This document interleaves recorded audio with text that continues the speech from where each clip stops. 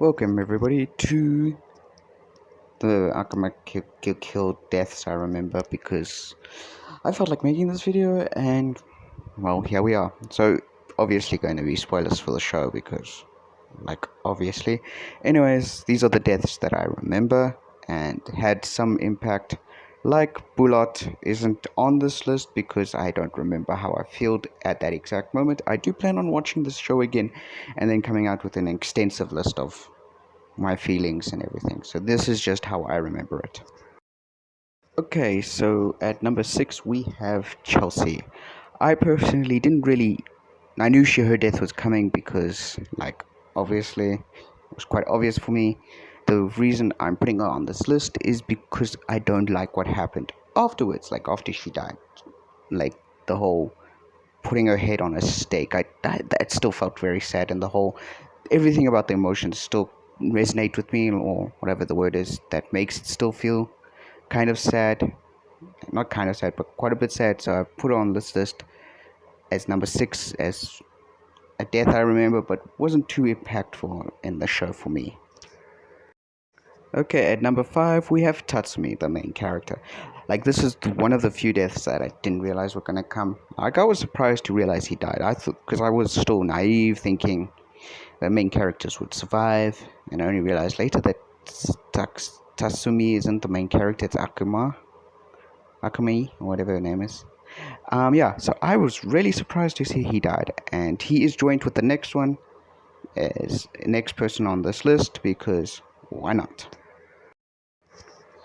Okay, so next we have A's death joined with Tatsumi because they both technically died together, though not really. Their bodies disappeared together, let's put it like that. And the whole her dying with him and stuff, that was kind of liked it. It was quite a nice, satisfying death, so that's why they're on this list. Because it's not a sad list, it's just a list that I remember of the deaths. So yeah, this death I remember.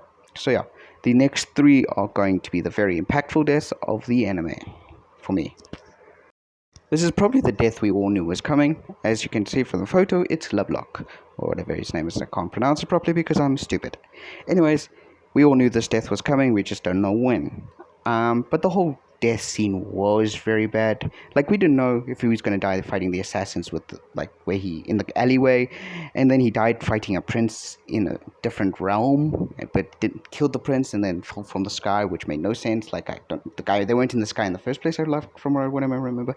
And then to add insult to injury, he was literally skewered. He didn't die hitting the ground. He died by getting impaled through the stomach by a spear. That was just gruesomely sad and everything, but we all knew it was coming. That was red flags of I will tell her how I feel, and never did. So he was an idiot. Okay, so I'm gonna mispronounce this name. Shili, whatever. I can't pronounce that. I can pronounce it probably, but I just gonna struggle. Anyways, her death was probably out of the last 2 deaths on this list. Her death was the reason why it's number 2 is because I didn't know what to expect from the anime, and she was the first to die. So that was when I realized kind of what the show was going to entail. So it was more of a surprise. She died, no, kind of thing more. So that's why she's on 2, and that's the only reason she's on 2 in my opinion, because she got eaten by the dog, right? Ew. Yeah, she's number 2 for sure. And that's the reason why I literally just said the same thing over and over again. But yeah, so basically because she was the first to die and didn't expect that. So yeah. Okay, so probably the death that affected me the most and will still affect me to this day is, drumroll, Leone. Yeah,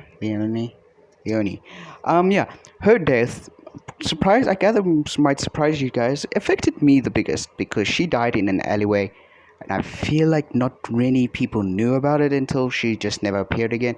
She spoke to Akame on a wall or something, I can remember, and then disappeared, and you just see her face down in the alleyway. I assume she died.